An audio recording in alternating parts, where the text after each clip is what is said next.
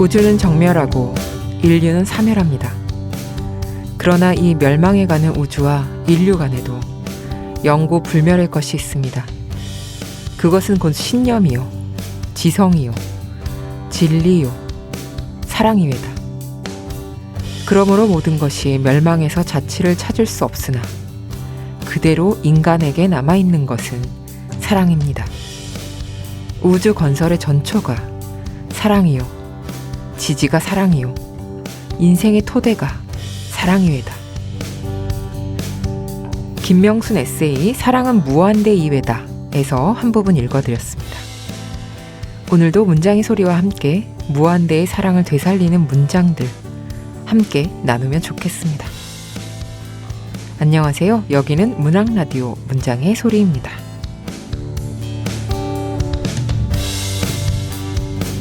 안녕하세요. 저는 DJ 시인 이영주입니다.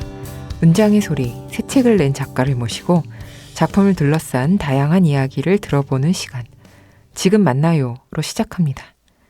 오늘 손님으로는 김석영 시인님 모셨습니다. 어서 오세요. 반갑습니다. 네, 안녕하세요. 네, 김석영 시인님 간단하게 소개해 드릴게요. 2015년 시와 반시 신인상을 받으면서 작품 활동을 시작하셨고요. 시집으로 밤의 영향권, 오늘 함께 이야기 나눌 돌을 주려는 사람에게가 있습니다. 제41회 김수영 문학상을 수상하셨습니다. 네, 시인님께 근황을 먼저 여쭈어볼까 하는데 요즘 어떻게 지내고 계신가요? 네, 평소와 똑같이 읽고 쓰면서 지내고 있습니다. 아, 네. 네, 알겠습니다. 네, 오늘 함께 이야기 나눌 시집 돌을 지려는 사람에게 이야기 이어가 볼까 하는데요. 제41회 김수영 문학상을 수상한 시집인데 먼저 수상 소감을 여쭤볼게요. 축하드려요. 감사합니다. 너무 떨려서 제가 네. 너무 단답으로 네, 그렇습니다. 네, 지금까지 시를 쓰면서 재밌다고 생각했던 적이 없었는데 네. 있었다고 해도 아마 오래전이라 잊어버렸을 것 같아요. 근데 이번 시집을 준비할 때 시의 재미를 느꼈던 것 같아요. 그것만으로도 저에겐 의미가 큰데 김수영 문학상을 받게 돼서 굉장히 꿈만 같고 네. 네, 감사한 마음입니다. 네. 아, 본인이 너무 재밌게 하셨다면 정말 다른 분들도 재밌게 읽을 수밖에 없는 그런 부분이 있는 것 같습니다. 수상을 너무 축하드리고요. 아직 시집을 접하지 못한 독자분들도 계실 수 있으니까 시인님께서 직접 돌을 지려는 사람에게 이 시집을 소개해 주세요. 네, 제가 짧게 네. 소개를 드리자면 달이 되고 싶은 돌의 좌충우돌 모험기라고 말씀드리고 싶어요. 끝인가요? 네. 알겠습니다. 네, 그럼 더 자세한 이야기를 나눠보도록 하겠습니다. 먼저 시집의 제목부터 이야기 나누고 싶은데요. 돌을 주려는 사람에게.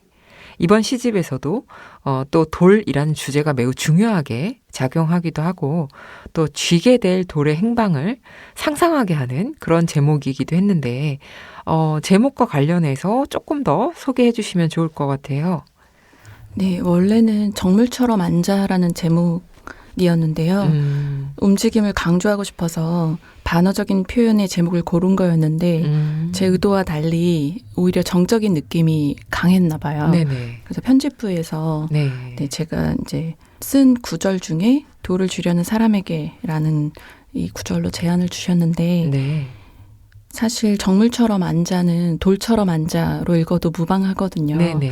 그래서 정물과 동물의 양 방향성을 보여주는 그리고 잘 함축하고 있는 구절이라는 생각이 들어서 제목으로 정했습니다. 네. 처음에 그러면은 원고 묶으실 때도 정물처럼 앉아를 묶으셨나요? 네. 아, 네. 저는 시집을 읽어가면서 시인님께서 돌이라는 사물을 좋아하고 계신 것처럼 느껴졌는데 시인의 기질과 맞닿아 있는 사물이 아닐까라는 생각을 좀 해봤습니다. 왜냐하면 첫 시집 밤의 영향권에서도 돌과 관련된 시편들이 좀 있었기 때문에 돌과 시인님과의 어떤 관련성이 좀 있을까요? 저는 돌이라는 사물을 사실 좋아한다기보다는 그 단어를 좋아하는 것 같아요. 아, 네. 근데 저의 기질과 비슷하다고 생각해 본 적은 없었는데 좀 막상 질문을 받고 보니 저에게도 돌 같은 성질이 있지 않나 생각이 듭니다. 네. 어떤? 약간 고집스럽고 네, 잘 안 움직이는 네, 모습이 닮은 것 같아요. 네네. 시집을 읽다 보면 또 시집의 구성에 대해서도 이야기 안 할 수가 없는데요. A쇼트, B쇼트, 그리고 엔딩 크레딧까지 한 편의 영화를 떠올리게 하는 이런 구성들이 매우 재밌었는데 영화적인 구성을 좀 가져와서 작업을 하신 걸까요? 처음부터 영화적인 구성을 생각한 건 아니었고요. 네. 그 과거, 현재, 미래라는 시간이 계기적으로 흐르는 게 아니라 섞여 있고 네. 서로 영향을 주고받는다고 생각을 해요. 네. 기억처럼요. 네. 근데 이제 현재는 라이브로 그렇죠. 흘러서 네네. 잡을 수 없는 것 같은데 이 현재는 결국 과거를 다시 재생하는 반복이라는 생각을 하고 있거든요. 그리고 영화가 삶과 굉장히 닮아 있는 허구인 것 같아요. 그래서 이 축적과 반복 속에서 현재는 다른 의미를 띠고 결국 미래도 달라진다는 생각을 하고 있었어요. 그래서 네. 자연스럽게 영화적인 구성을 하게 되었습니다. 네. 확실히 시 안에서 등장하는 시간성은 좀 복잡한 그런 감각들을 갖고 갈 수밖에 없을 것 같은데 지금 이 시집에서는 영화적 구성하고 매우 잘 어울리게 움직임, 반복, 편집의 경계, 결락, 푸티지 이런 요소들을 곳곳에서 발견할 수 있습니다. A쇼트와 B쇼트를 오가면서 변주되는 작품들도 있어서 매우 흥미로웠는데 진짜 돌, 또 가짜 돌, 또 폴리오미노, 또 불완전한 세계의 이미지 이런 작품들이 서로 좀 변주되는 어떤 또 연결성이 있는 이런 작품들이 아닐까 싶은데요. 염두에 두고 작업을 하신 건지 궁금합니다. 네. A쇼트가 B쇼트에서 다시 반복되어야 했기 때문에 다시 추가적으로 만들어서 양쪽에 배치를 했어요. 구성을 할 때 시집. 네. 네.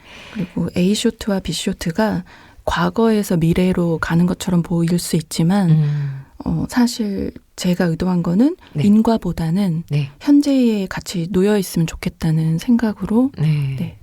배치했습니다. 네. 그런 어떤 구성들이 또 시집 전체를 읽었을 때 오는 그런 지점에서 여러 가지 생각들을 불러일으키게 하는데 첫 번째 시집 이야기도 조금 나누고 싶습니다. 2021년에 출간된 밤의 영향권과 또 이번 두 번째 시집 돌을 쥐려는 사람에게 사이에서 어떤 변화들이 있으셨을까요? 어떤 창작 고민이 있으셨을지 궁금합니다. 네. 첫 시집의 서시가 입안에 돌을 삼키는 장면으로 시작해서 마지막 시는 싱크홀이 파여 있는 것으로 끝나는데요. 네. 작은 돌 하나가 싱크홀처럼 거대해질 수도 있는 밤의 역설을 드러내고 싶었었어요. 근데 그때는 돌이 달이 될 거라고는 생각을 못했었던 것 같아요. 이번 시집을 준비하면서 비로소 못다한 말들이 남아있었다는 걸 알게 됐고요. 네. 그때의 돌이 이런 의미가 있었구나 이걸 뒤늦게 깨달았던 것 같습니다. 네.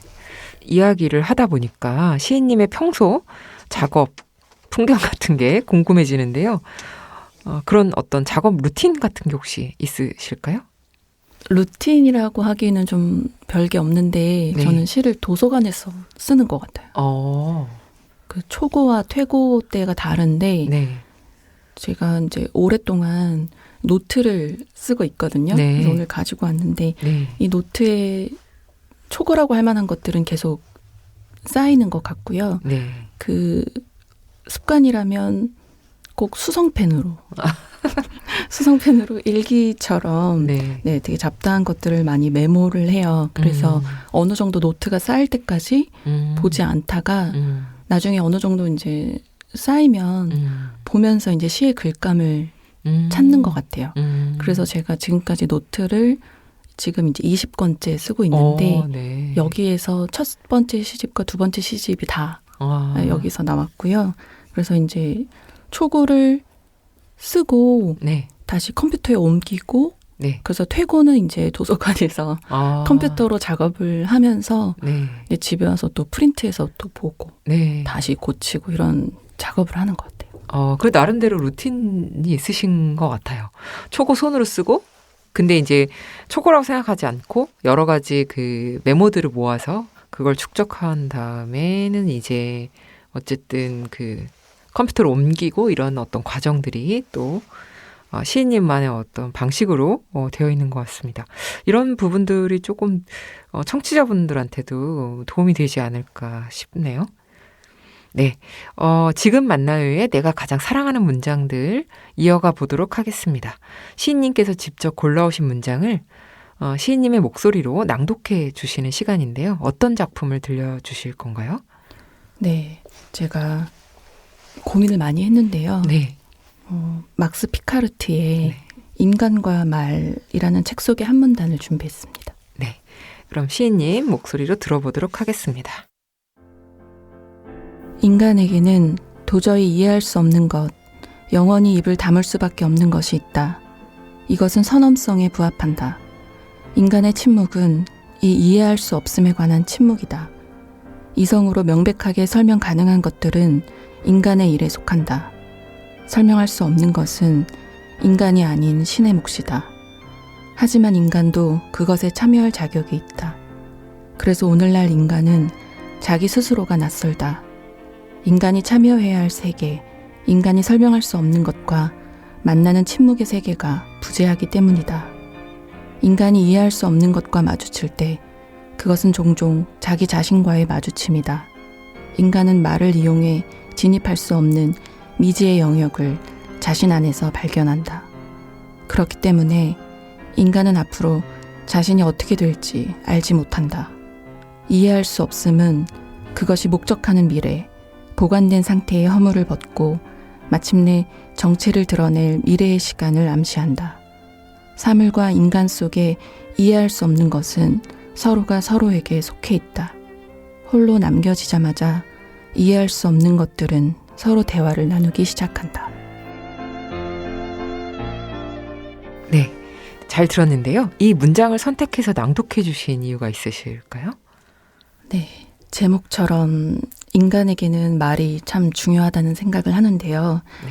그런데 말로 설명할 수 있는 게 있고 설명할 수 없는 게 있는 것 같아요. 이 설명할 수 없음이 시가 아닐까 생각을 하고요.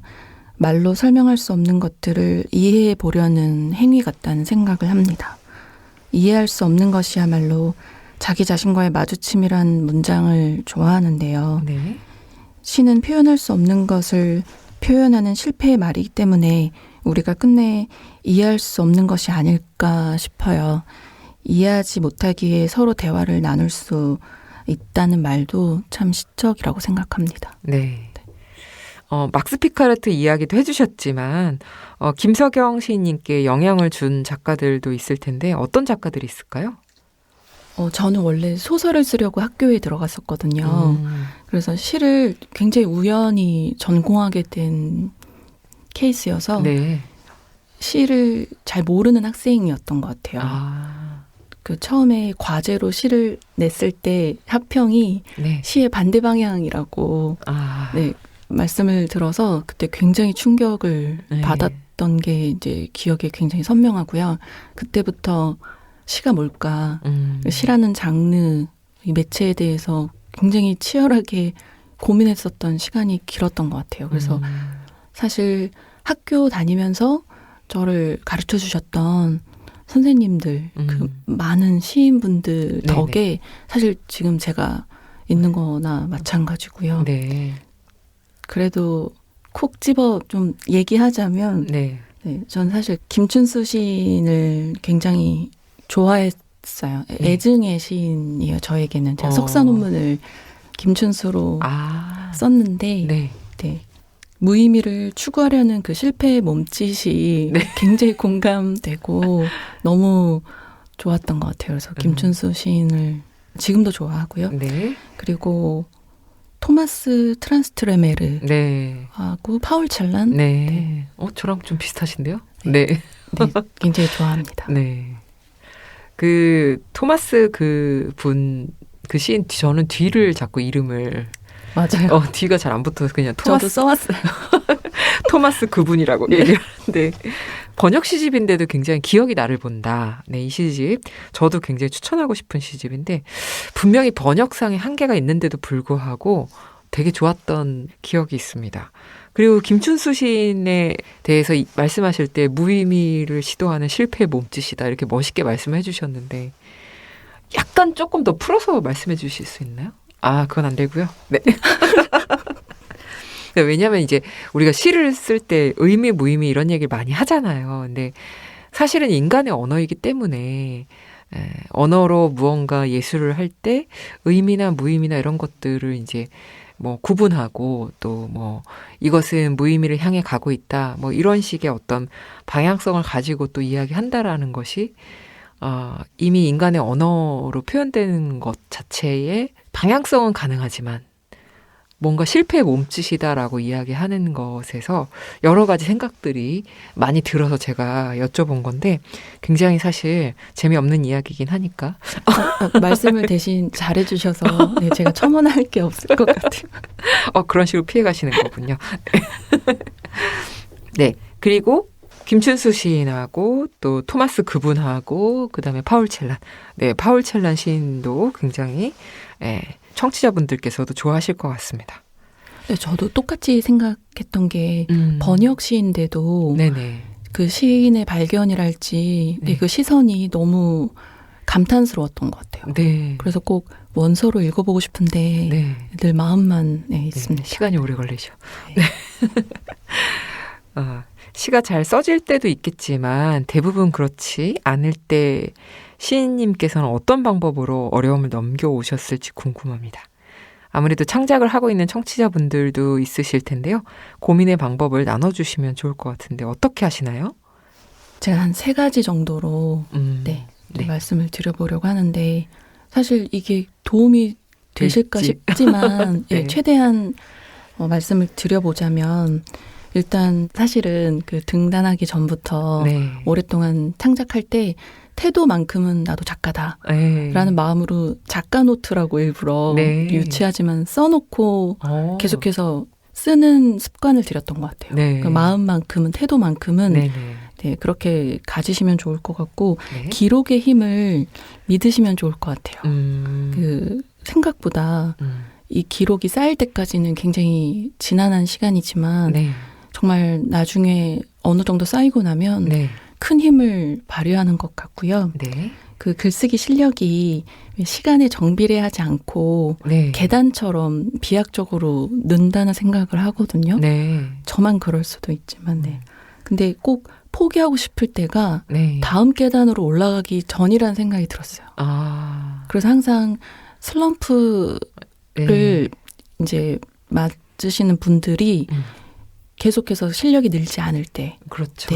근데 그때가 사실 바로 다음 계단으로 올라가기 직전이라는 생각을 저도 이제 뒤늦게 해봤는데요. 그래서 정말 고리타분하지만 일단 계속 쓰셔야 되는 게 첫 번째인 것 같고요. 그리고 이제 사실 저도 대부분은 시가 잘 안 써지거든요. 그래서 일단 무조건 쓰고 있고요. 그리고 이제 2번째는 제가 속담 하나를 인용해서 말씀을 드려볼까 하는데 구슬이 서말이어도 꿰어야 보배다라는 속담을 제가 굉장히 자주 인용해요. 근데 여기서 이제 우리가 그 구슬이 있어도 목걸이가 되지 않으면 이제 소용없다는 식으로 우리가 알고 있는데 저는 여기서 포인트가 서말에 있는 것 같거든요.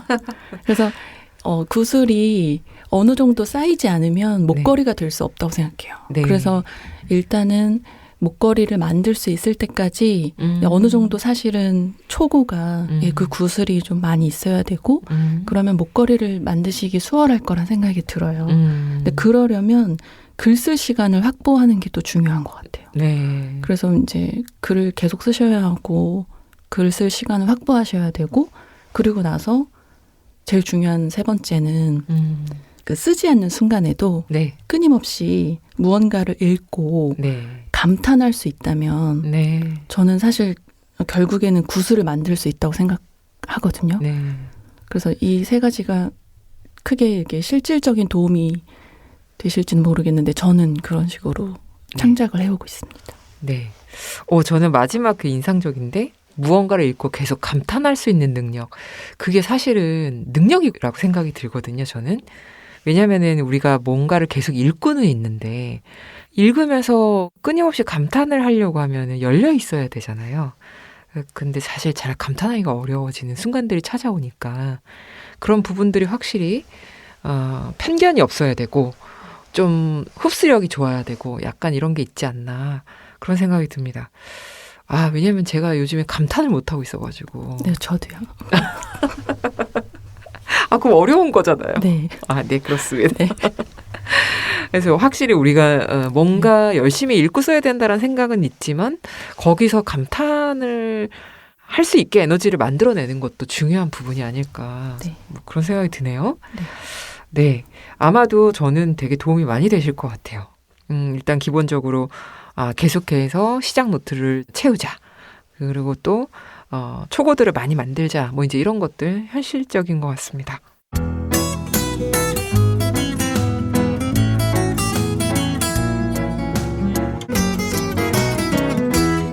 네, 그럼 계속해서 지금 만나요의 마지막 코너 마이 페이보릿으로 넘어가 보도록 하겠습니다.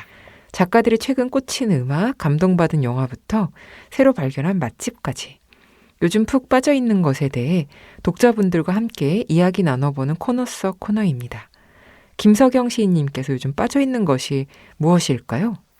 제가 사실 기억력이 좋은 편이 아닌 것 같아요. 그래서 네. 잘 잊어버리는 편인데 네. 그러다 보니까 항상 처음이 아닌데도 처음인 것처럼 느껴지는 게 많은데요. 요즘에 새롭게 꽂혀있는 음식이 있어요. 네. 손칼국수. 네. 근데 네. 제가 면을 상당히 좋아해서 국수를 잘 먹는 편인데 네. 이상하게 손칼국수가 이렇게 맛있었나 처음 깨달아서 요즘에 거의 손칼국수를 자주 먹는데요. 제가 한번 꽂히면 네. 질릴 때까지 그렇구나. 그 한 가지 음식을 먹는 버릇이 있어요. 네. 네.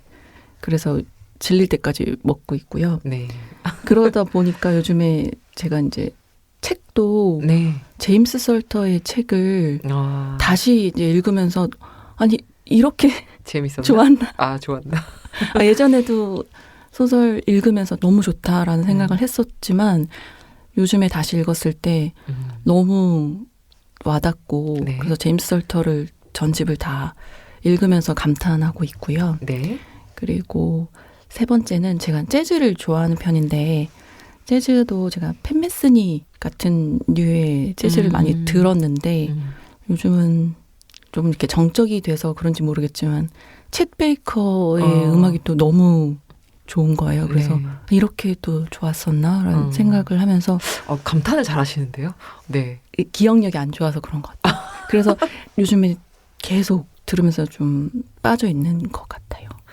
이 질문을 되게 잘 드린 것 같습니다. 왜냐하면은 뭘 하나 빠지면 계속 판다고 하시니까 딱 어울리는 질문이 아닐까 싶은데 아마 이 방송 들으시는 분들 중에 갑자기 손칼국수 땡긴다 이런 분들 계실 것 같고 손칼국수 굉장히 잘하는 데 가서 드시면은 다시 한번 빠져드는 계기가 되지 않을까 싶습니다.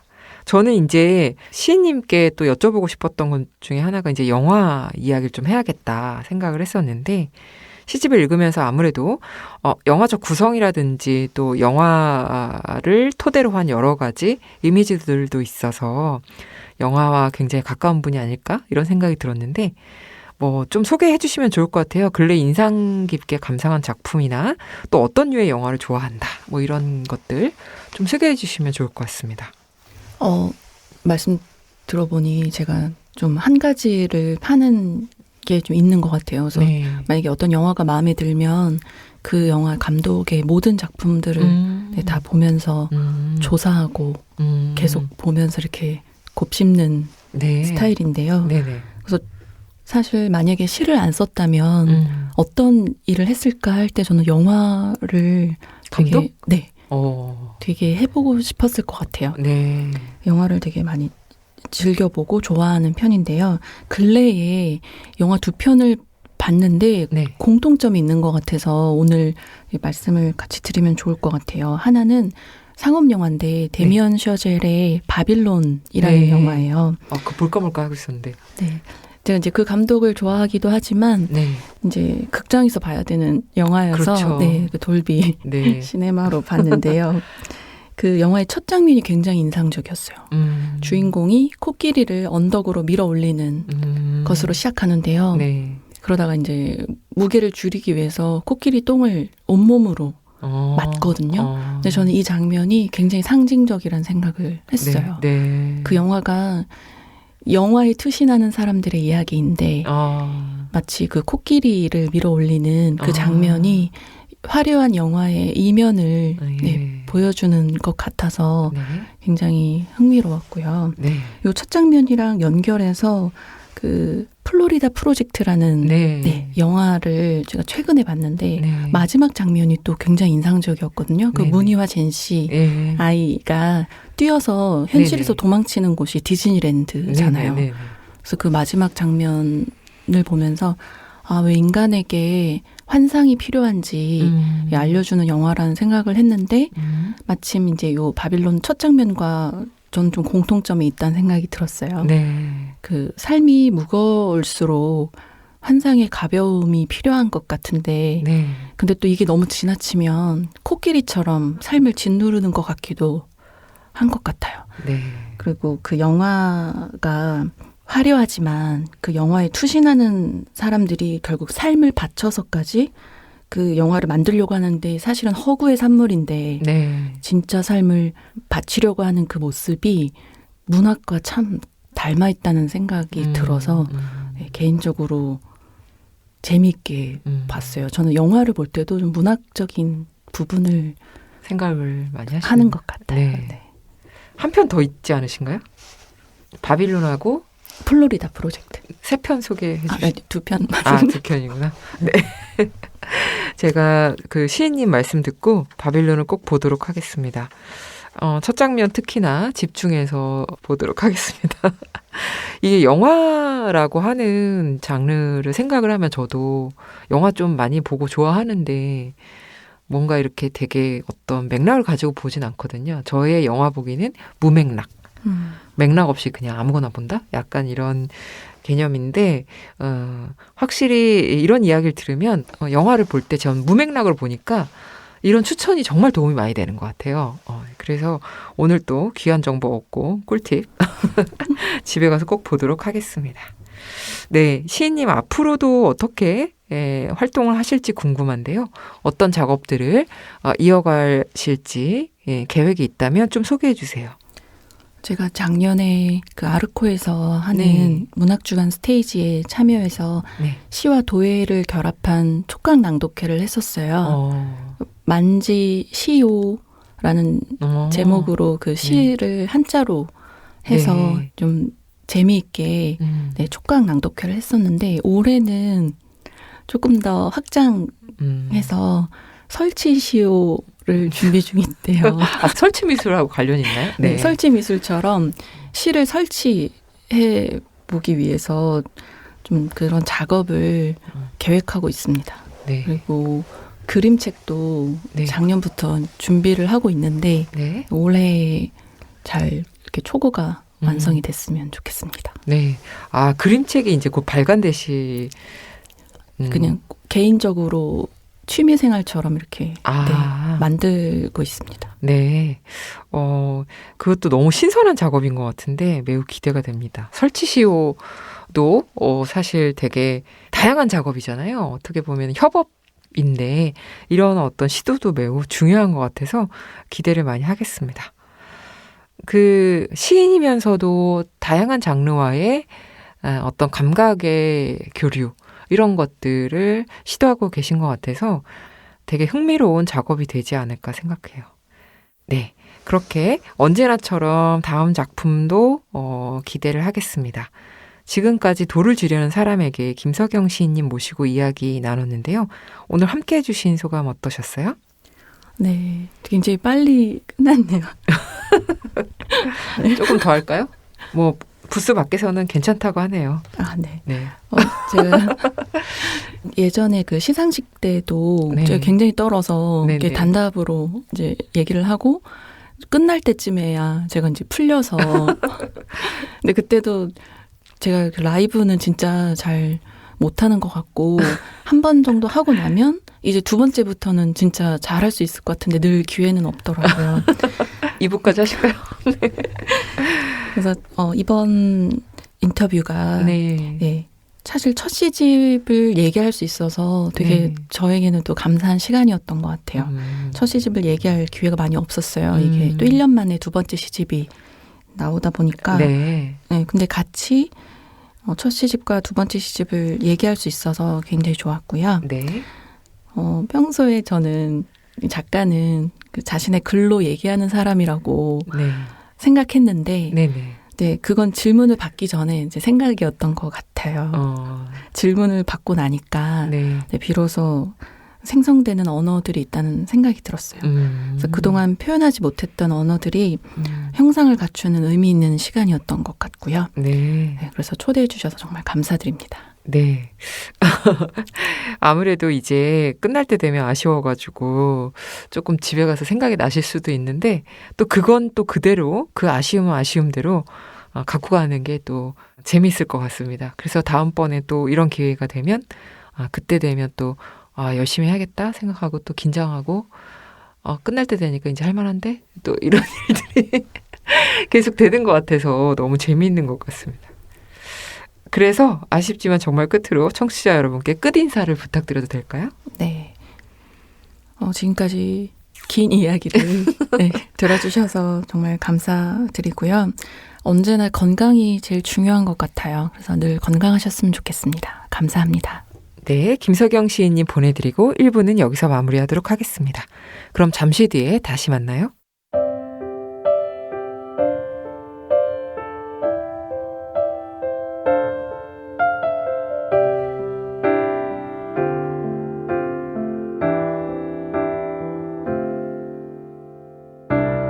우리 나란히 누워 은하수를 바라보면서 그댄 말이 없네요. 무슨 생각하고 있는지 돌아오지 않을 나를 추억하나요?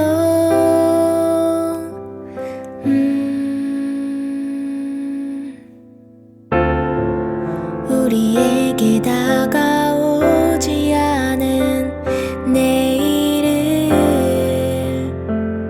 두려워하나요? 지나버린 시간도 찾아오지 않은 시간도 모두 잊어버리고 지금만을 느껴보아요. 누구에게도 차마 얘기한 적 없었던 작은 비밀 하나 말해 줄까요? 문장의 소리.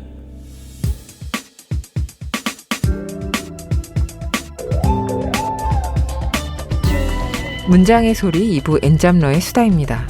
본업인 글쓰기 외에 또 다른 직업을 갖고 있는 엔잡러 작가들을 모시고 작가들의 다채로운 직업 이야기, 일의 기쁨과 슬픔을 이야기 나눠보려 합니다. 네, 오늘은 이우성 시인님 모셨습니다. 어서 오세요. 안녕하세요. 네, 이우성 시인님 먼저 소개해 드릴게요. 2009년 한국일보 신춘문예에 시 무럭무럭 구덩이가 당선되면서 작품 활동을 시작하셨고요.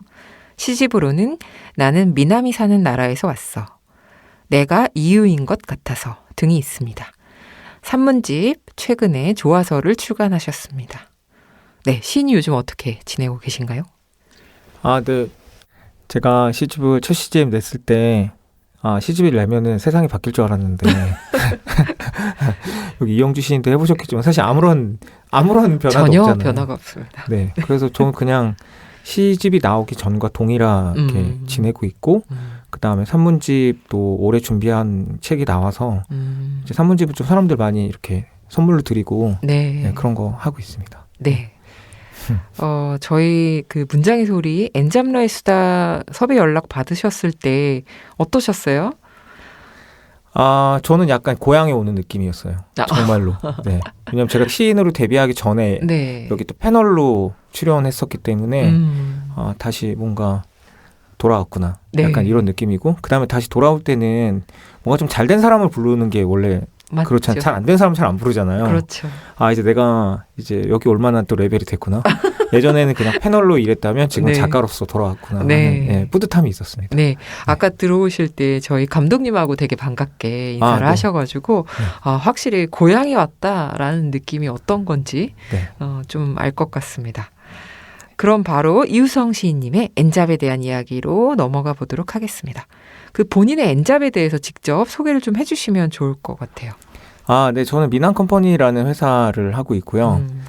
뭐 아시는 분은 아시겠지만 제가 미남컴퍼니 하기 전에는 그 잡지사 에디터로 지냈기 때문에 그것과 비슷한 일을 회사를 차려서 하고 있다고 보시면 될 것 같고 네. 뭐 광고도 찍고 영상 기획 촬영 뭐 이런 것도 하고 네. 전반적인 마케팅 브랜딩 업무를 주로 하는 회사를 운영하고 있습니다. 와, 너무 늦게 모셨네요. 일찍 모셨어야 되는데. 그러니까요. 네.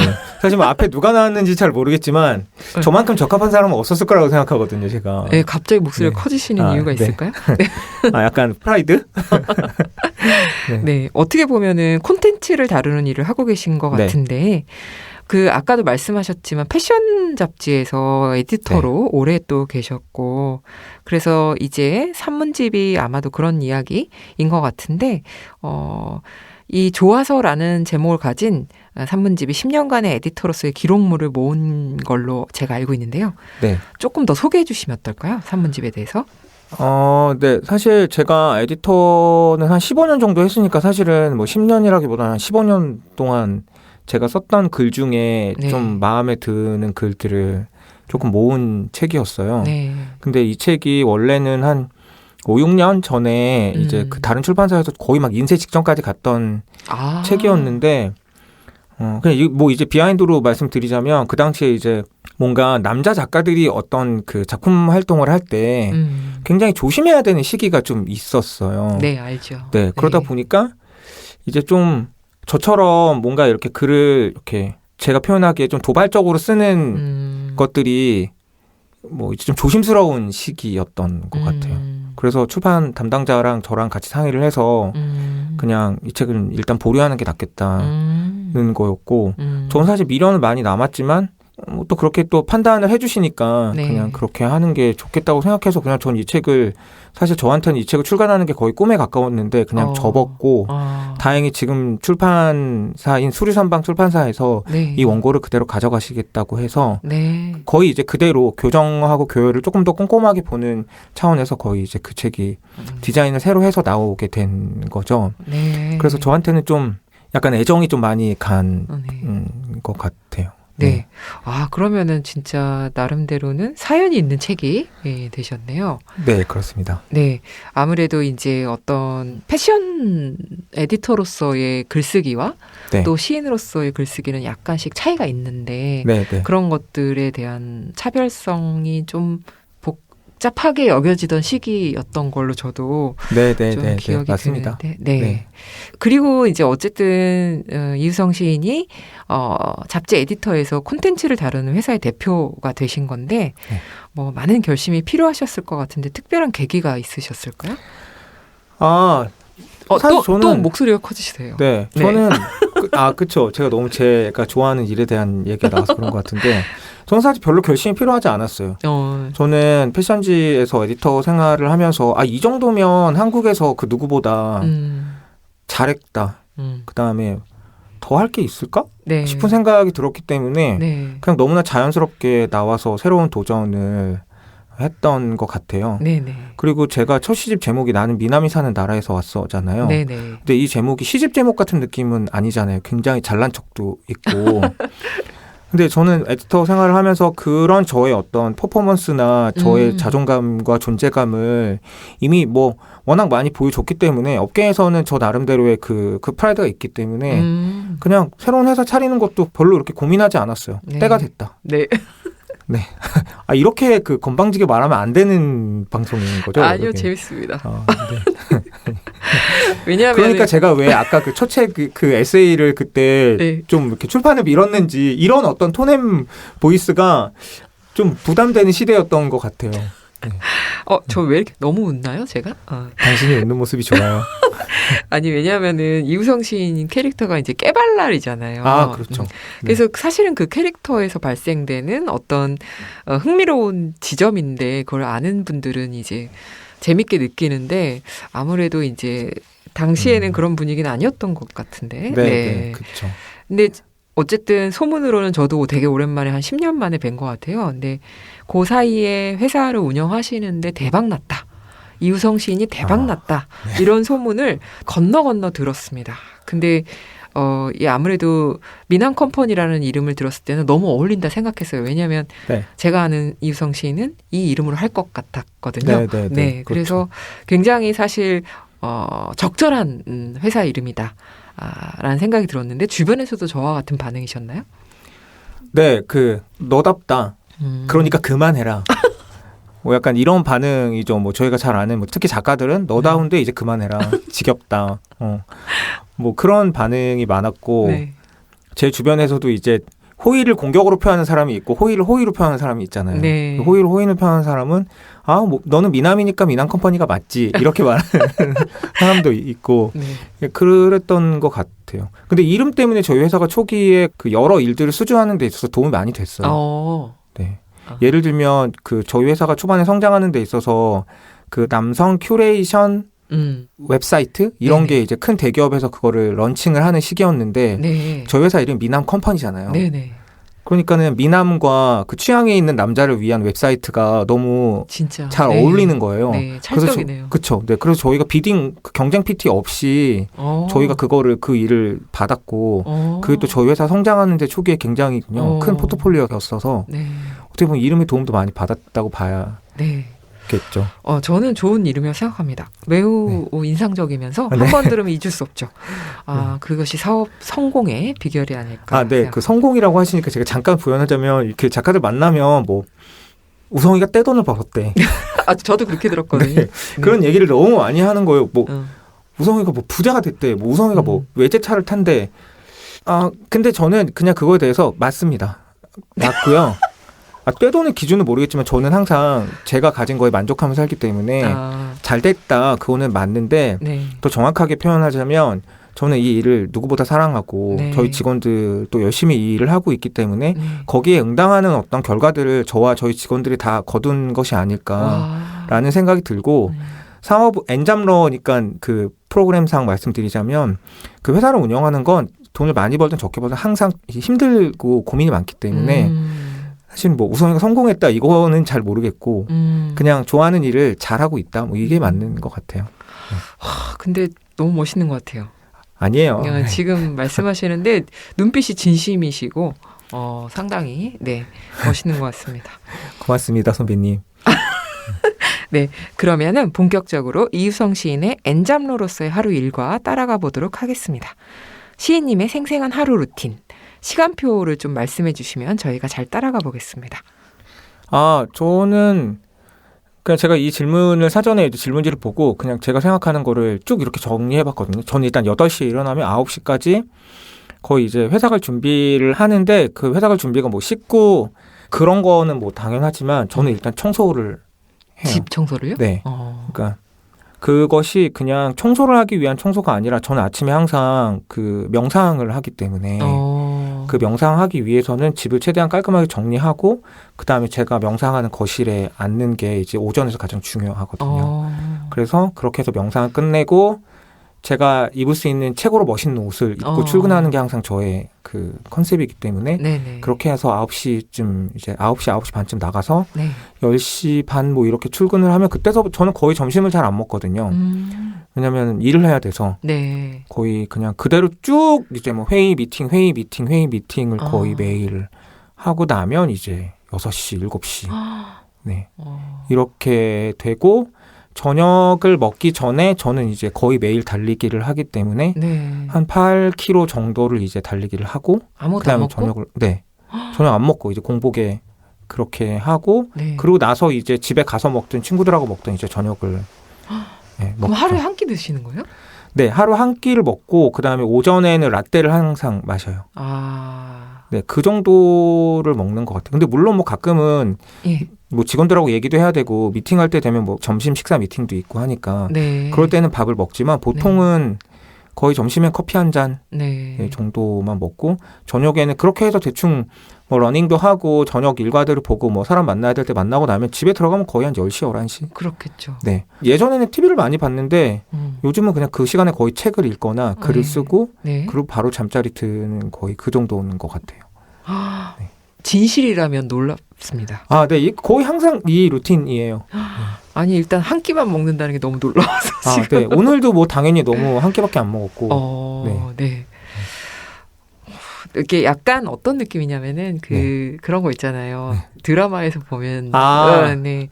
이 성공한 대표님의 어떤 루틴이랄까? 이런 느낌으로 들었습니다. 아니 사실 그런 사람들하고는 전혀 상관없고요. 저는 네. 그런 사람 전혀 상관없는데 그거는 있는 것 같아요. 낮에는 계속 뭐 회의 미팅이 이어지는 게 마치 정신없이 일하는 그 드라마에 나오는 그런 사람들하고 비슷한 것 같긴 하고 저는 어찌됐건 그 시를 쓰고 있는 사람이다 보니까 동일하게 마케팅 회의 하나를 하더라도 조금 더 창의적으로 할 수 있는 방법에 대해서 항상 고민하고 같이 회의에 동참하는 사람들이 그 창의력의 대열 안에 들어오도록 어떻게 제가 그거를 이끌어야 될지에 대한 고민은 항상 많이 하는 것 같아요. 네.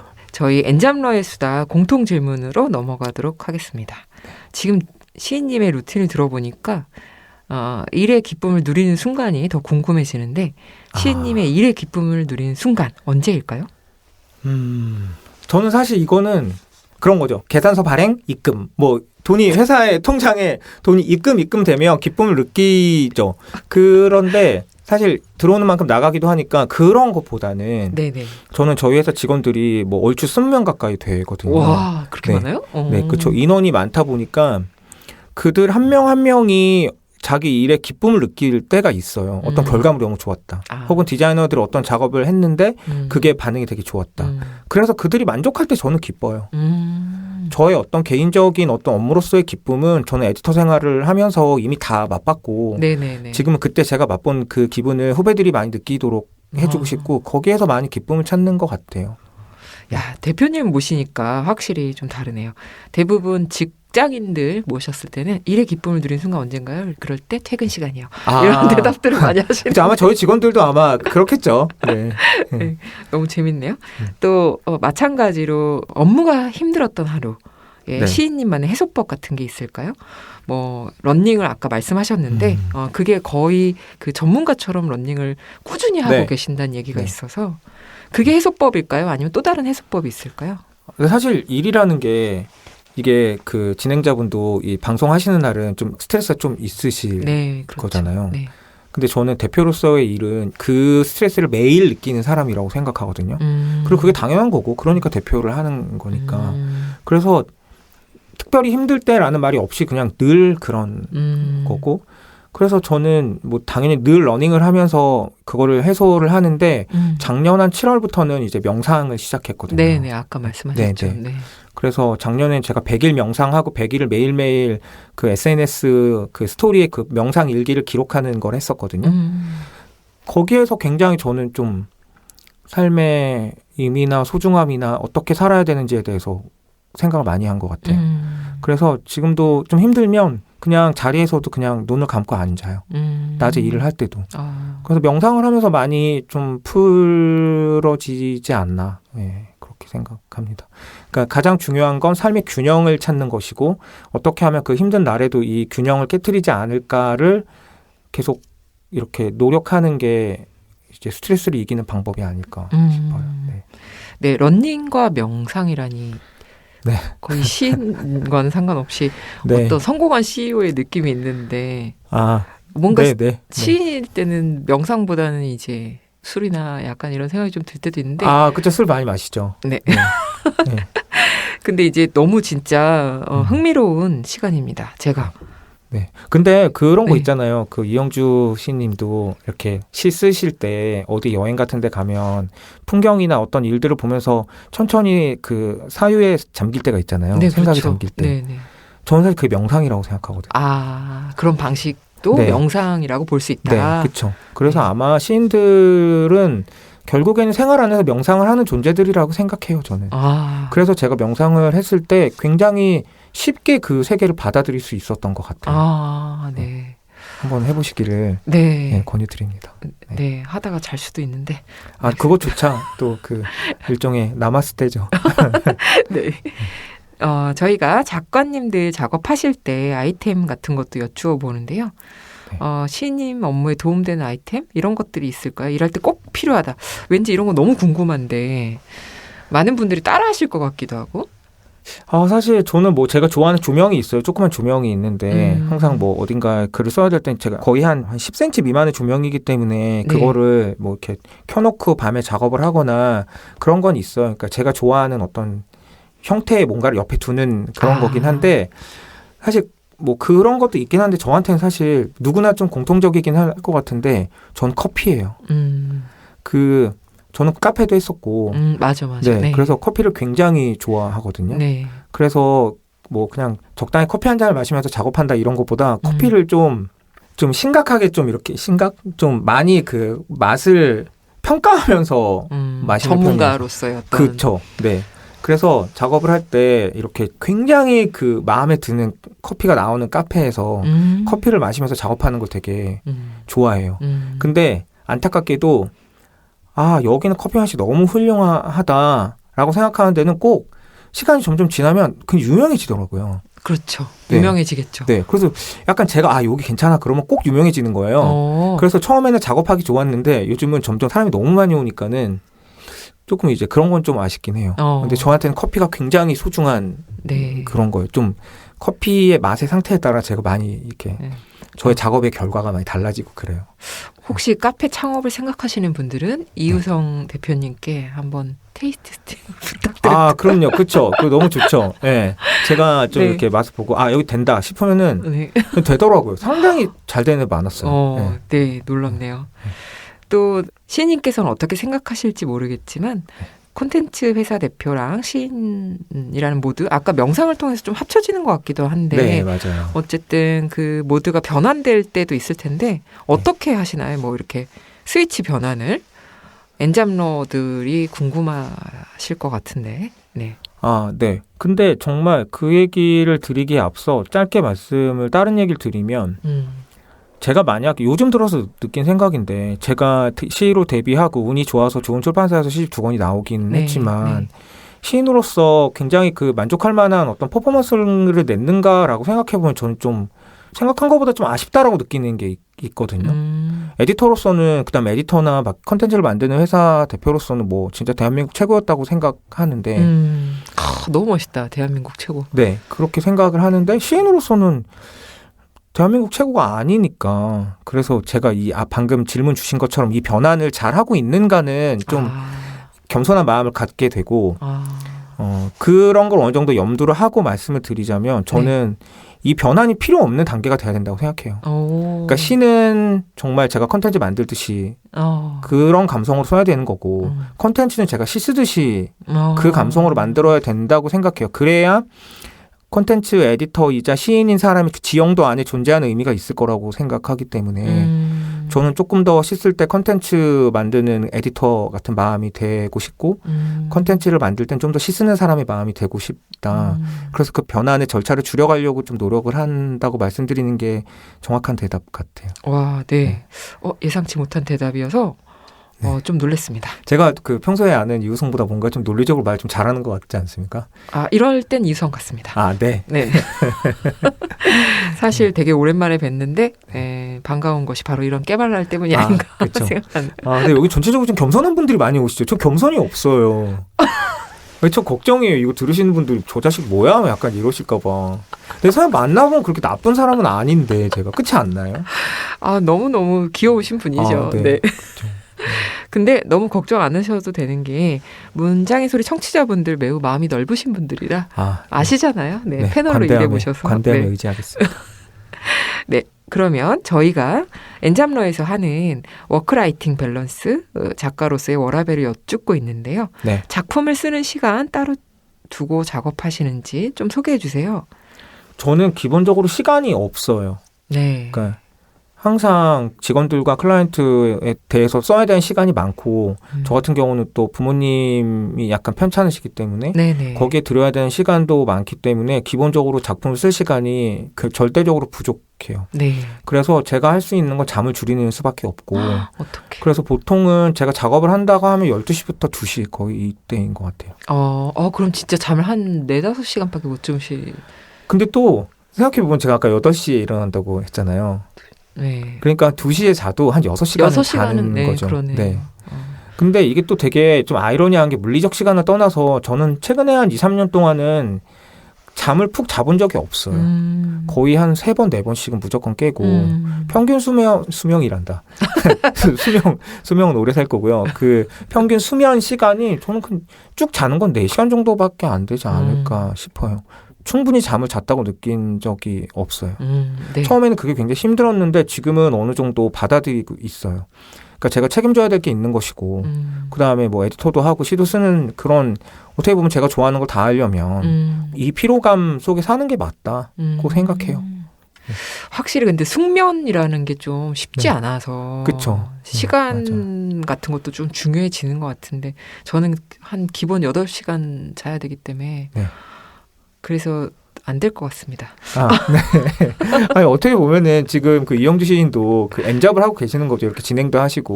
뭐 그렇죠. 네, 근데 시도 쓰시고. 그리고 또 다른 또 이렇게 운영하시는 또 어떤 네, 그런 그것도 있죠. 아카데미도 있으시고. 네, 미칠 것 같습니다. 네. 제가 생각에는 그 엔잡에 가장 적합한 분은 진행하시는 이영주 선배님 아니실까 싶은 생각이 그래서 저는 듭니다. 8시간 잡니다. 네네. 네. 네, 그럼 이우성 시인의 이제 문학 이야기를 조금 나눠볼까 합니다. 저희가 사전에 시인님께 아끼는 문장을 낭독해 주길 부탁드렸는데요. 시인님께 영향을 끼친 다른 분의 문학 작품도 좋고요. 직접 쓰신 작품 중에서 낭독해 주셔도 좋은데요. 어떤 문장을 준비해 오셨나요? 네. 제가 2017년이니까 코로나 한참 전이었던 것 같네요. 그때 이제 처음으로 뉴욕에서 뉴욕 마라톤 달렸고 그 당시 풀코스를 달리고 나서 한국으로 돌아와서 그 한 신문에 썼던 글이 있거든요. 네네. 그 글의 마지막 단락을 좀 읽어드리면 좋을 것 같습니다. 네, 이우성 시인님의 목소리로 낭독을 들어보겠습니다. 밤이었다. 응원하는 사람은 더 많아졌다. 박수치고 힘내라고 소리쳤다. 그들이 내 레이스를 존중한다는 게 느껴졌다. 온 힘을 다해 달렸다. 걸어가는 사람도 나를 앞질렀다. 상관없었다. 나는 나만의 레이스를 펼칠 뿐이었다. 드디어 피니시 라인이 보였다. 공중에 설치된 시계에 5시 28분이라고 적혀 있었다. 9시 50분에 출발했으니 7시간을 넘게 달리고 있었다. 형편없는 기록이었다. 친구들 목소리가 들렸다. 모국어, 나의 언어로 부르는 소리였다. 나는 엉엉 울었다. 네. 약간 마음이 저릿해지는 부분인데 이 문장을 읽어주신 이유가 있으실까요? 네. 이때가 이제 제가 10년 만에 풀코스를 다시 뛰었을 때고 그 10년 만에 대회를 이제 뉴욕에 가서 달린 건데 그 당시 제가 몸이 많이 아팠어요. 많이 아파가지고 이거를 완주할 수 있을까 혹은 대회를 뛸 수 있을까 싶었는데 어쨌든 뉴욕까지 가 있는 상황이고 그래도 도전을 하자라고 도전을 했는데 보통 제가 4시간 30분 정도의 완주를 하거든요. 네. 근데 당시 7시간이 넘게 걸렸으니까 평소보다 2시간, 3시간이 더 걸리는 거죠. 그건 진짜 네. 너무 힘들 거. 그게 정말 말도 못하게 힘이 들어요. 그러니까 뉴욕이라는 그 언어도 잘 통하지 않는 낯선 나라에서 혼자 달리기를 하는 거고 평소보다 몸이 안 좋았기 때문에 2시간, 3시간을 더 달리는 상황이었는데 그 마지막 상황에 제가 이제 피니시 라인에 들어갈 때 이우성 뭐 우성 이렇게 부르는 거예요. 그러니까 계속 7시간 동안 영어로 막 화이팅 듣다가 갑자기 이제 모국어인 나의 언어로 나의 이름을 부르는 소리가 들렸을 때 그때 정말 너무 막 눈물이 막 쏟아졌어요. 근데 단순히 그 누가 나를 불러준 반가움의 눈물 뭐 이것도 있지만 네. 결국은 7시간을 달리기 위해서 저는 너무나 긴 시간을 그 대회를 준비하는 시간이 있죠. 그게 정말 어떻게 보면 정말 뭐 1년도 준비하고 2년도 준비하고 그 체력을 만들기 위해서 길게 준비를 하는 건데 그 시간들이 다 스쳐 지나가는 것 같았고 그냥 이 정도 기쁨을 맛볼 수 있다면 나는 뭐든 하겠다. 더한 고통이 있더라도 나는 하겠다. 그리고 앞으로 저는 달리기를 하는 게 시를 쓰는 것과 비슷하다고 생각하는데 포기하지 않고 달려왔으니까 포기하지 않고 시도 쓸 수 있고 저에게 어떤 힘든 일이 있어도 포기하지 않고 할 수 있다라는 걸 그날 굉장히 그 짧은 시간에 저에게 다짐했던 것 같아요. 그래서 이 문장을 읽어드리면서 간단히 그 새로 나온 제 어떤 에세이 그 선문집을 이렇게 사람들이 홍보도 할 겸 네. 보시면 아주 주옥같이 아름답고 눈물 나는 글들이 많다. 꼭 네. 이렇게 말씀드리고 싶어요. 네. 아, 기대하셔도 좋을 것 같습니다. 이유성 시인님의 문장 그 파워는 저도 잘 알고 있기 때문에 네. 읽으시면 너무너무 재미있으시면서 재미와 감동 두 마리 토끼를 잡을 수 있습니다.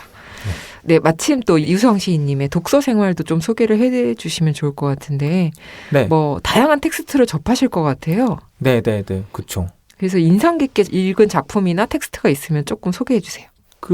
저는 사실 아무래도 그 작가다 보니까 어릴 때부터 책을 많이 좀 읽은 축에 들어가잖아요. 그렇죠. 네, 그래서 뭐 10대도 그랬지만 20대, 30대도 책을 정말 많이 읽었는데 그러다 보니까 제가 마케팅 일을 제가 지금 하고 있는 콘텐츠를 만드는 일을 하면서도 예를 들면 뭐 카피를 쓴다거나 이런 거 하면서도 한 번도 그 카피에 대한 책을 읽어본 적이 없어요. 왜냐면 제가 이유성이고 제가 시인인데 내가 왜 카피에 대한 책을 읽어야 되냐. 난 그런 거 안 읽고도 잘한다. 그리고 잘했고.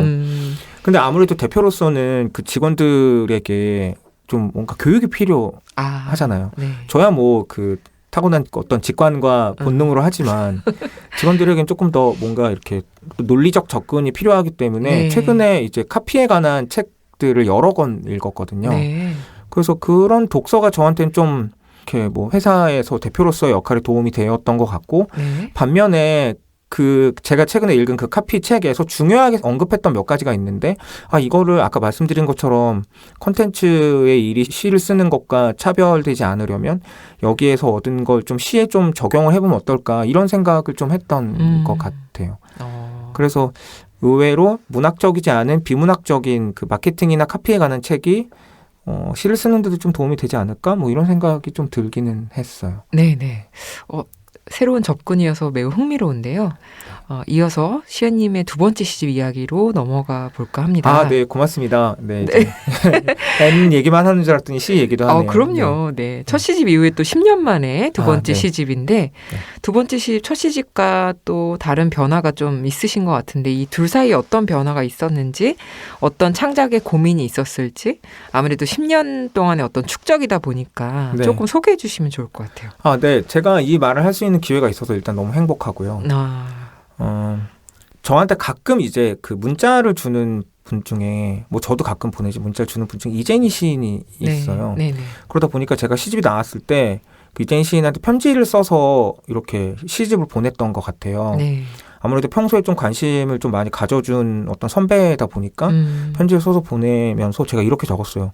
누나, 저는 첫 시집 때는 문학사와 나름대로 싸우고 있었고 두 번째 시집은 그런 거 다 상관없고 우리 엄마가 읽고 좋아했으면 좋겠어요. 약간 이렇게 보냈어요. 그게 제 두 번째 시집의 컨셉이었던 것 같아요. 그러니까 누군가는 막 10년 만에 책을 낸다고 하면 뭔가 대단히 엄청나게 마치 영화의 대작 같은 그런 작품을 탁탁 발표할 것 같은 그런 마음도 있었죠. 그래야 되는 거 아닌가라는 부담감도 느끼긴 했지만 시집을 정리하는 과정에선 만약에 이 시를 우리 엄마가 보면 어떨까, 우리 아빠가 보면 어떨까 라는 게 되게 중요한 화두였고 네네. 그래서 그런 관점에서 원고 정리를 했던 것 같아요. 그렇게 생각했던 건 첫 시집을 제가 정말 열심히 해서 시집을 냈고 저 나름대로 만족도도 높지만 네. 그 시를 읽고 저희 엄마나 아빠가 공감하지 못했기 때문에 저 그게 좀 마음이 아팠어요. 네. 물론 엄마나 아빠가 공감해야 되는 시를 써야 되는 것이 의무는 아니지만 네. 지금 저희 아버지는 뭐 당장 뭐 내일 돌아가셔도 크게 이상하지 않을 정도로 몸이 안 좋으시기 때문에 네.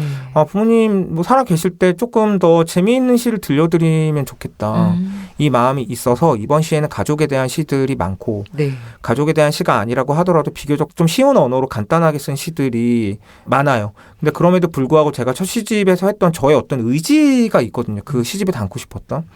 근데 그거를 조금 드러내려고 했는데 그게 잘 드러났는지는 뭐 제가 판단할 문제는 아닌 것 같고 그게 잘 드러나지 않았다고 하더라도 앞으로 제가 시를 쓸 날은 또 많기 때문에 살면서 또 충분히 그런 작업을 할 수 있다고 생각해요.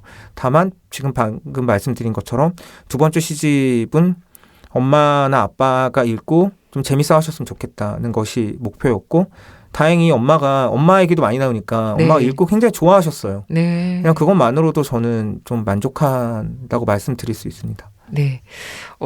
그러면은 시를 쓸 때 아무래도 가까운 사람들이 읽었을 때 네, 재밌게 읽을 수 있는 그런 소통이라는 지점 이런 네. 것들을 고민을 하게 되었다. 맞습니다. 네, 그렇게 좀 덧붙일 수 있을 것 같은데 앞으로는 아까 뭐 첫 시집에서 보여주고자 하는 태도라든지 의지의 문제도 계속 갖고 가되 조금 더 소통을 할 수 있는 부분들을 생각한다. 그렇다고 하면 그 다음 시집의 방향성 같은 것들도 생각하고 계신 게 있을까요? 네. 생각하고 있는 게 있어요. 최근에 그렇게 조금 이렇게 몇 개 또 쓰고 있기도 한데 제가 사실은 좀 쉽게 말씀드리면 저는 어떤 언어의 색깔이 있다고 생각해요. 만약에 뭐 사과라는 단어가 뭐 파랑색이라면 뭐 그 파랑을 정하는 건 이제 저희 몫이겠지만 파랑색이라면 그 시 안에서 결과적으로 색깔이 없어지는 상태를 제가 지향하는 거긴 해요. 저는 네. 결과적으로 언어라는 것은 인간이 만들어낸 것이기 때문에 네. 언젠간 결국 무로 돌아가는 형태라고 생각하거든요. 근데 뭐 이건 저의 그냥 철학적인 부분이니까. 근데 그런 맥락에서의 어떤 작업을 계속 좀 투명한 언어라는 그 작업을 계속 하고 싶다는 생각은 들어요.